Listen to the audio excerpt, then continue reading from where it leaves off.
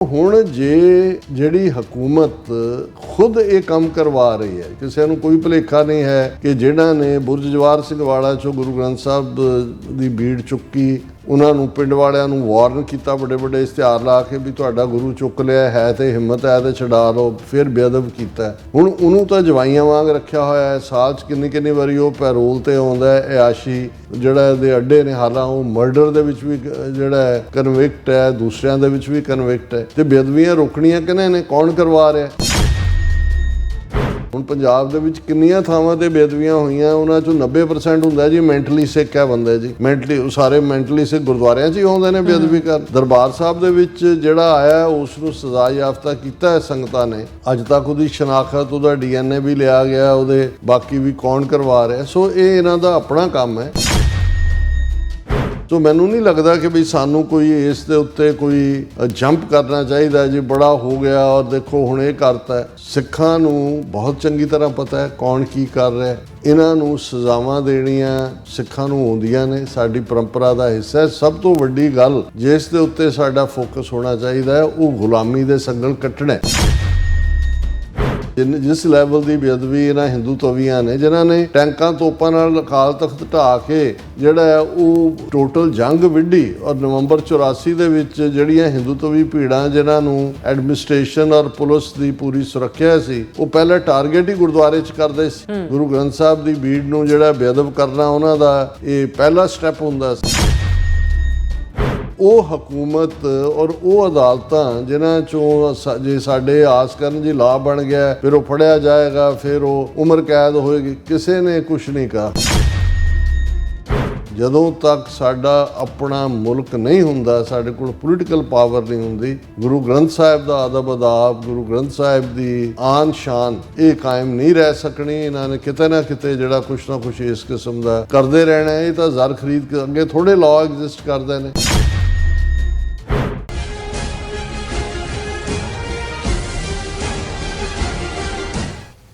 ਦਰਸ਼ਕੋ, break ਤੋਂ ਬਾਅਦ ਤੁਹਾਡਾ ਸਭ ਦਾ ਭਰਪੂਰ ਸਵਾਗਤ ਹੈ। ਸੋ ਇਸ ਗੱਲਬਾਤ ਕਰਨ ਜਾ ਰਹੇ ਹਾਂ ਕਿ ਭਾਰਤੀ ਵਿਧਾਨ ਸਭਾ ਨੇ ਸਰਬਸੰਮਤੀ ਨਾਲ ਧਾਰਮਿਕ ਗ੍ਰੰਥਾਂ ਦੀ ਬੇਅਦਬੀ ਸੰਬੰਧੀ ਬਿੱਲ ਪਾਸ ਕੀਤਾ ਹੈ, ਜਿਸ ਅਨੁਸਾਰ ਗੁਰੂ ਗ੍ਰੰਥ ਸਾਹਿਬ ਜੀ, ਗੀਤਾ, ਕੁਰਾਨ ਸ਼ਰੀਫ ਅਤੇ ਬਾਈਬਲ ਦੀ ਬੇਅਦਬੀ ਕਰਨ ਵਾਲਿਆਂ ਨੂੰ ਸਖਤ ਸਜ਼ਾਵਾਂ ਦੇਣ ਦਾ ਪ੍ਰੋਵੀਜ਼ਨ ਹੈ। ਸੋ ਕੀ ਇਸ ਬਿੱਲ ਨਾਲ ਸਿੱਖ ਕੌਮ ਨੂੰ ਕੋਈ ਫਾਇਦਾ ਹੋਵੇਗਾ ਜਾਂ ਗੁਰੂ ਗ੍ਰੰਥ ਸਾਹਿਬ ਜੀ ਦੀ ਬੇਅਦਬੀ ਦੀਆਂ ਘਟਨਾਵਾਂ ਵਿੱਚ ਕੋਈ ਠੱਲ ਪਵੇਗੀ? ਸੋ ਇਸ ਬਾਰੇ ਆਪਾਂ ਗੱਲਬਾਤ ਕਰਨ ਜਾ ਰਹੇ ਹਾਂ। ਸੋ ਅਸੀਂ ਚਾਹਾਂਗੇ ਕਿ ਤੁਸੀਂ ਇਸੇ ਤਰ੍ਹਾਂ ਬਣੇ ਰਹਿਣਾ। ਦੇਖਣ ਸੁਣ ਲਿਆ, ਲਿਖਣ ਲਈ ਤੁਹਾਡਾ ਸਭ ਦਾ ਬਹੁਤ ਬਹੁਤ ਧੰਨਵਾਦ ਜੀ। ਡਾਕਟਰ ਸਾਹਿਬ ਕੀ ਕਹਿਣਾ ਚਾਹੋਗੇ? ਦੇਖੋ, ਪਿਛਲੇ ਆਲਮੋਸਟ 2-3 ਦਿਨਾਂ ਤੋਂ ਜਿਹੜਾ ਸਭ ਤੋਂ ਜ਼ਿਆਦਾ ਚਰਚਾ 'ਚ ਵਿਸ਼ਾ ਹੈ ਉਹ ਪੰਜਾਬ ਅਸੈਂਬਲੀ ਦੀ ਕਾਰਵਾਈ ਹੋਏ ਜਾਂ ਅੱਡ-ਅੱਡ ਧਾਰਮਿਕ ਔਰ ਸਿਆਸੀ ਸਰਕਲਸ ਦੇ ਵਿੱਚ ਗੱਲ ਹੋਏ, ਉਹ ਹੈ ਜੀ ਕਿ ਭਗਵੰਤ ਮਾਨ ਦੀ ਸਰਕਾਰ ਨੇ ਜਿਹੜਾ ਬਿੱਲ ਉਸ ਨੂੰ ਸਰਬਸੰਮਤੀ ਨਾਲ ਪਾਸ ਕਰਵਾ ਕੇ ਸਿਲੈਕਟ ਕਮੇਟੀ ਦੇ ਕੋਲ ਭੇਜ ਦਿੱਤਾ ਹੈ। ਔਰ ਇਹ ਬਿੱਲ ਜਿਹੜਾ ਹੈ ਇਹ ਬੇਅਦਬੀ ਸੰਬੰਧੀ ਬਿੱਲ ਜਿਸ ਨੂੰ ਨਾਂ ਦਿੱਤਾ ਗਿਆ ਔਰ ਐਂਟੀ ਸੈਕਰੀਲੇਜ ਬਿੱਲ, ਸੈਕਰੀਲੇਜ ਬੇਅਦਬੀ ਨੂੰ ਕਹਿੰਦੇ ਨੇ। ਹੁਣ ਜ਼ਾਹਰ ਹੈ ਕਿ 2015 ਦੇ ਵਿੱਚ ਅਸੀਂ ਦੇਖਦੇ ਹਾਂ ਕਿ ਕਿਵੇਂ ਬੁਰਜ ਜਵਾਰ ਸਿੰਘ ਵਾਲਾ ਤੋਂ ਗੁਰੂ ਗ੍ਰੰਥ ਸਾਹਿਬ ਦੇ ਸਰੂਪ ਜਿਹੜੇ ਨੇ ਉਹ ਐਲਾਨ ਕਰਕੇ ਸੌਦਾ ਸਾਧ ਦੇ ਚੇਲਿਆਂ ਵੱਲੋਂ ਚੁੱਕੇ ਜਾਂਦੇ ਨੇ। ਬਾਅਦ ਦੇ ਵਿੱਚ ਕੁਛ ਅਰਸੇ ਬਾਅਦ, ਕੁਛ ਮਹੀਨੇ ਬਾਅਦ ਉਹਨਾਂ ਦੇ ਪੱਤਰੇ ਗੁਰੂ ਗ੍ਰੰਥ ਸਾਹਿਬ ਦੇ ਅੰਗ ਬੇਅਦਬ ਕਰਕੇ ਬਰਗਾੜੀ ਦੇ ਵਿੱਚ ਗਲੀਆਂ ਦੇ ਵਿੱਚ ਰੋਲੇ ਜਾਂਦੇ ਨੇ। ਫਿਰ ਉਸ ਮੁੱਦੇ ਤੇ ਪ੍ਰੋਟੈਸਟ ਕਰਨ ਲਈ ਬਹਿਬਲ ਕਲਾਂ ਔਰ ਕੋਟ ਕਪੂਰਾ ਦੇ ਵਿੱਚ ਇਕੱਠੀ ਹੋਈ ਜਿਹੜੀ ਸਿੱਖ ਸੰਗਤ ਹੈ ਉਹਨਾਂ ਦੇ ਉੱਤੇ ਤਾਬੜਤੋੜ ਗੋਲੀਆਂ ਚਲਾਈਆਂ ਜਾਂਦੀਆਂ ਨੇ, ਸ਼ਹਾਦਤਾਂ ਹੁੰਦੀਆਂ ਨੇ, ਜ਼ਖਮੀ ਹੁੰਦੇ ਨੇ। ਔਰ ਉਦੋਂ ਹੀ ਇਹ ਪਹਿਲਾ ਡਰਾਮਾ ਸ਼ੁਰੂ ਹੋ ਜਾਂਦਾ ਹੈ ਕਿ ਜੀ ਗੁਰੂ ਗ੍ਰੰਥ ਸਾਹਿਬ ਦੀ ਬੇਅਦਬੀ ਨਾਲ ਸੰਬੰਧਿਤ ਜਿਹੜਾ ਖਾਸ ਕਾਨੂੰਨ ਬਣਨਾ ਚਾਹੀਦਾ ਹੈ, ਮੌਤ ਦੀ ਸਜ਼ਾ ਹੋਣੀ ਚਾਹੀਦੀ ਹੈ, ਉਮਰ ਕੈਦ ਹੋਣੀ ਚਾਹੀਦੀ ਹੈ। ਦੂਸਰਾ ਅਸੀਂ ਦੇਖਦੇ ਹਾਂ ਵੀ 2015 ਤੋਂ ਅੱਜ ਅਸੀਂ ਇਹ 2025 'ਚ ਗੱਲ ਕਰ ਰਹੇ ਹਾਂ, 10 ਸਾਲ ਇਸ ਨੂੰ ਬੀਤ ਗਏ। 3-4 ਸਕਸੈਸਿਵ ਸਰਕਾਰਾਂ ਇਸ ਪੀਰੀਅਡ ਦੇ ਵਿੱਚ ਆਈਆਂ, ਕਿਉਂਕਿ ਉਸ ਵੇਲੇ ਬਾਦਲ BJP ਹਕੂਮਤ ਸੀ, ਉਸ ਤੋਂ ਬਾਅਦ ਕਾਂਗਰਸ ਦੀ ਹਕੂਮਤ ਆਈ, ਔਰ ਹੁਣ ਜਦੋਂ ਅਸੀਂ ਦੇਖਦੇ ਹਾਂ ਤੇ ਭਗਵੰਤ ਮਾਨ ਦੀ ਹਕੂਮਤ ਆਈ, ਆਮ ਆਦਮੀ ਪਾਰਟੀ ਦੀ। 2015 ਚ ਹੀ ਇਹ ਸਾਰੇ ਦੇ ਵਿਰੋਧ ਦੇ ਵਿੱਚ ਜੋ ਚੱਲ ਰਿਹਾ ਸੀ, ਸਰਬੱਤ ਖਾਲਸਾ ਚੱਬੇ 'ਚ ਹੋਇਆ, ਲੱਖਾਂ ਸਿੱਖ ਆਏ, ਬਹੁਤ ਸਾਰੀ ਬਿਆਨਬਾਜ਼ੀਆਂ ਹੋਈਆਂ, ਦੂਸਰਾ ਹੋਇਆ। ਲੇਕਿਨ ਅਸੀਂ ਕਿਉਂਕਿ ਜਿਹੜਾ ਉਹ ਧਾਰਮਿਕ ਬੇਹੁਰਮਤੀ ਨਾਲ ਸੰਬੰਧਿਤ ਬਿੱਲ ਦੀ ਗੱਲ ਕਰ ਰਹੇ ਹਾਂ, ਇਸ ਲਈ ਉਸ ਪਾਸੇ ਵੱਲ ਕਰਾਂਗੇ ਵੀ ਇਹ ਪਹਿਲਾਂ ਤਾਂ ਇਹ ਹੈ ਕਿ ਇਹ ਬਿੱਲ ਕੋਈ ਪਹਿਲੀ ਵਾਰ ਨਹੀਂ ਆਇਆ। ਇਸ ਤੋਂ ਪਹਿਲਾਂ ਦੋਵੇਂ ਹੀ ਸਰਕਾਰਾਂ ਵੱਲੋਂ, ਬਾਦਲ ਦੀ ਸਰਕਾਰ ਨੇ ਵੀ ਔਰ ਕੈਪਟਨ ਅਮਰਿੰਦਰ ਦੀ ਸਰਕਾਰ ਨੇ ਵੀ, ਦੋਨੋਂ ਵਾਰ ਯੂਨੈਨੀਮਸਲੀ ਅਸੈਂਬਲੀ ਚੋਂ ਧਾਰਮਿਕ ਬੇਹੁਰਮਤੀ ਰੋਕਣ ਵਾਲੇ ਬਿੱਲ ਪਾਸ ਕਰਕੇ ਸੈਂਟਰ ਨੂੰ ਭੇਜੇ। ਦੋਨੋਂ ਵਾਰ ਉਹਨਾਂ ਨੇ ਉਸ ਦੇ ਉੱਤੇ ਜਿਹੜਾ ਉਹਨੂੰ ਮਨਜ਼ੂਰ ਨਹੀਂ ਕੀਤਾ। ਪਹਿਲਾਂ ਇਸ ਦੀ ਅਸੀਂ ਗੱਲ ਕਰੀਏ ਕਿ ਜਦੋਂ ਇਹ 2015 ਦੇ ਵਿੱਚ ਇਸ ਦਾ ਦੋਸ਼ ਸਿੱਧੇ ਤੌਰ ਤੇ ਬਾਦਲਾਂ ਦੇ ਉੱਤੇ ਲੱਗਦਾ ਹੈ ਕਿ ਇਹ ਉਹਨਾਂ ਦੀ ਜ਼ਿੰਮੇਵਾਰੀ ਸੀ, ਔਰ ਇਹ 2016 ਦੇ ਵਿੱਚ ਅਕਾਲੀ ਦਲ ਬੀਜੇਪੀ ਸਰਕਾਰ ਨੇ ਪੰਜਾਬ ਸੋਧ ਬਿੱਲ 2016 ਲਿਆਂਦਾ ਔਰ ਉਹਦੇ 'ਚ ਉਹਨਾਂ ਨੇ ਇਹ ਪਾਸ ਕੀਤਾ ਕਿ ਇਹਦੇ 'ਚ ਜਿਹੜਾ ਵੀ ਗੁਰੂ ਗ੍ਰੰਥ ਸਾਹਿਬ ਦੀ ਬੇਅਦਬੀ ਕਰੇਗਾ ਉਹਨੂੰ ਉਮਰ ਕੈਦ ਦੀ ਸਜ਼ਾ ਦੀ ਸਿਫਾਰਿਸ਼ ਕੀਤੀ ਗਈ।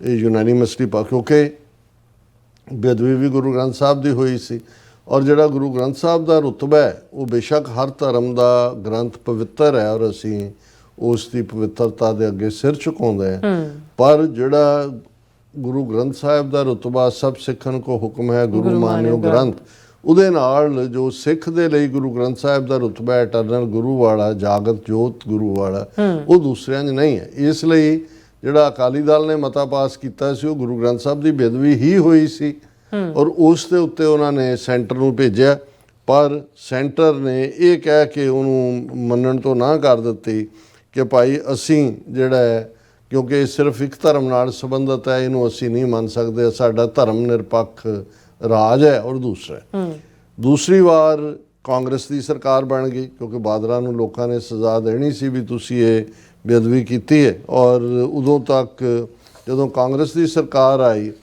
ਕੇਂਦਰ ਨੇ ਜਿਹੜਾ ਫਿਰ ਕਾਂਗਰਸ ਨੇ ਇਸ ਦੇ ਵਿੱਚ 2018 ਦੇ ਵਿੱਚ ਕੈਪਟਨ ਅਮਰਿੰਦਰ ਸਿੰਘ ਦੀ ਅਗਵਾਈ 'ਚ ਕਾਂਗਰਸ ਨੇ ਜਿਹੜਾ ਉਹ ਕਾਨੂੰਨ ਪਾਸ ਕੀਤਾ। ਬੇਅਦਬੀ ਦੇ ਅਪਰਾਧਾਂ 'ਚ ਉਹਨਾਂ ਨੇ ਸਜ਼ਾਵਾਂ ਵਧਾ ਦਿੱਤੀਆਂ ਔਰ ਉਸ ਦੇ ਨਾਲ ਨਾਲ ਉਹਨਾਂ ਨੇ, ਅਮਰਿੰਦਰ ਸਿੰਘ ਦੀ ਸਰਕਾਰ ਨੇ ਗੁਰੂ ਗ੍ਰੰਥ ਸਾਹਿਬ ਦੇ ਨਾਲ ਹੀ ਭਗਵਤ ਗੀਤਾ, ਹਿੰਦੂਆਂ ਦਾ ਧਾਰਮਿਕ ਗ੍ਰੰਥ, ਕੁਰਾਨ ਮਜੀਦ, ਕੁਰਾਨ ਸ਼ਰੀਫ ਮੁਸਲਮਾਨਾਂ ਦਾ ਧਾਰਮਿਕ ਗ੍ਰੰਥ ਔਰ ਬਾਈਬਲ ਈਸਾਈਆਂ ਦਾ ਧਾਰਮਿਕ ਗ੍ਰੰਥ, ਉਹਨਾਂ ਨੂੰ ਵੀ ਇਸ ਦੇ ਵਿੱਚ ਸ਼ਾਮਲ ਕਰ ਲਿਆ ਔਰ ਇਸ ਦੇ ਲਈ ਉਮਰ ਕੈਦ ਦੀ ਸਜ਼ਾ ਨਿਰਧਾਰਿਤ ਕੀਤੀ ਗਈ। ਇਹ ਵੀ ਪਾਸ ਕਰਕੇ ਕੇਂਦਰ ਨੂੰ ਭੇਜਿਆ, ਪਰ ਉਹਨਾਂ ਨੇ ਇਸ ਨੂੰ ਵੀ ਮਨਜ਼ੂਰ ਨਹੀਂ ਕੀਤਾ। ਉਦੋਂ ਇਹ ਕਿਹਾ ਗਿਆ ਕਿ ਜੀ ਜਦੋਂ ਤੱਕ ਸਾਨੂੰ ਮਿਲਿਆ, ਹੁਣ ਕਿਉਂਕਿ ਅਸੀਂ ਦੰਡ ਪ੍ਰਣਾਲੀ ਭਾਰਤੀ ਸੰਹਿਤਾ ਦੇ ਥੱਲੇ ਇੰਡੀਅਨ ਪੀਨਲ ਕੋਡ ਦੀ ਥਾਂ ਦੇ ਉੱਤੇ ਉਹ ਲਾਗੂ ਕੀਤੀ ਹੈ ਤੇ ਇਸ ਲਈ ਇਹ ਜਿਹੜਾ ਸਾਡੇ ਫਿੱਟ ਨਹੀਂ ਬੈਂਦਾ, ਇਹਨੂੰ ਤੁਸੀਂ ਦੁਬਾਰਾ ਕਰੋ।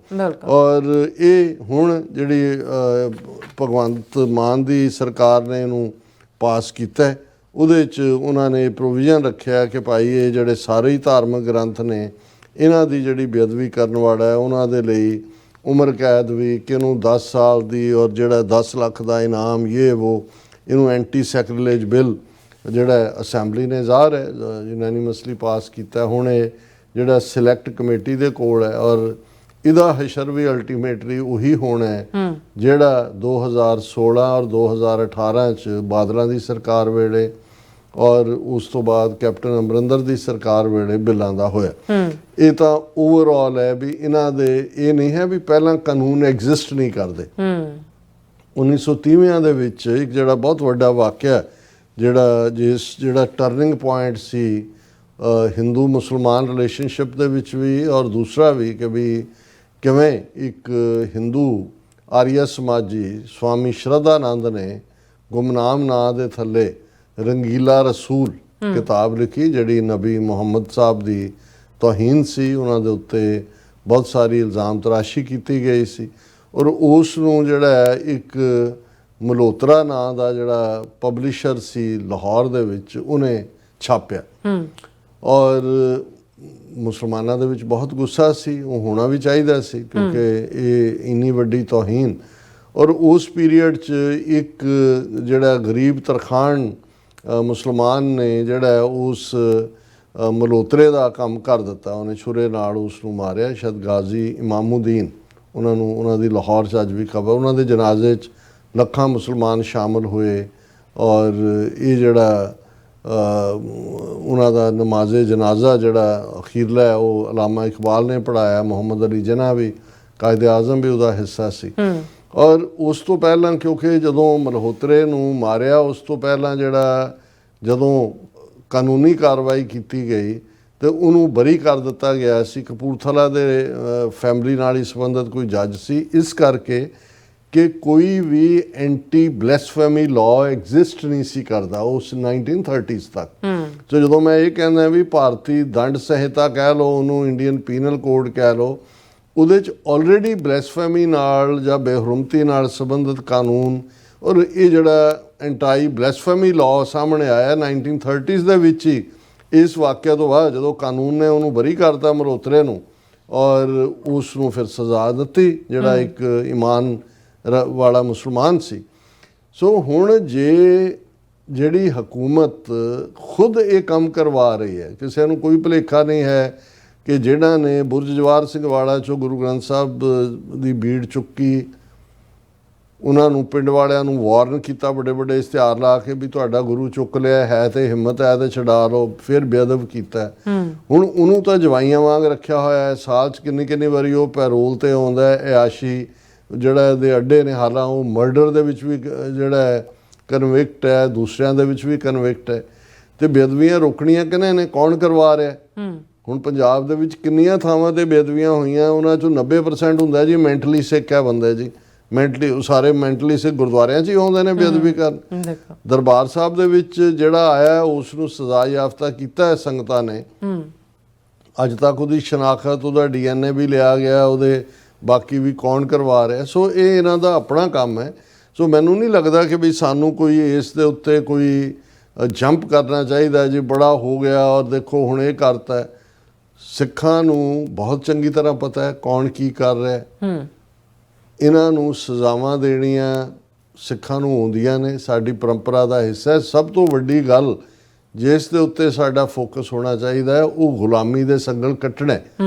ਕਿਉਂਕਿ ਈਵਨ ਜਿਸ ਲੈਵਲ ਦੀ ਬੇਅਦਬੀ ਇਹਨਾਂ ਹਿੰਦੂ ਤਵੀਆਂ ਨੇ, ਜਿਨ੍ਹਾਂ ਨੇ ਟੈਂਕਾਂ ਤੋਪਾਂ ਨਾਲ ਅਕਾਲ ਤਖਤ ਢਾਹ ਕੇ ਜਿਹੜਾ ਉਹ ਟੋਟਲ ਜੰਗ ਵਿੱਢੀ, ਔਰ ਨਵੰਬਰ 84 ਦੇ ਵਿੱਚ ਜਿਹੜੀਆਂ ਹਿੰਦੂ ਤਵੀ ਭੀੜਾਂ ਜਿਨ੍ਹਾਂ ਨੂੰ ਐਡਮਿਨਿਸਟ੍ਰੇਸ਼ਨ ਔਰ ਪੁਲਿਸ ਦੀ ਪੂਰੀ ਸੁਰੱਖਿਆ ਸੀ, ਉਹ ਪਹਿਲਾਂ ਟਾਰਗੇਟ ਹੀ ਗੁਰਦੁਆਰੇ 'ਚ ਕਰਦੇ ਸੀ। ਗੁਰੂ ਗ੍ਰੰਥ ਸਾਹਿਬ ਦੀ ਬੀੜ ਨੂੰ ਜਿਹੜਾ ਬੇਅਦਬ ਕਰਨਾ ਉਹਨਾਂ ਦਾ ਇਹ ਪਹਿਲਾ ਸਟੈਪ ਹੁੰਦਾ ਸੀ।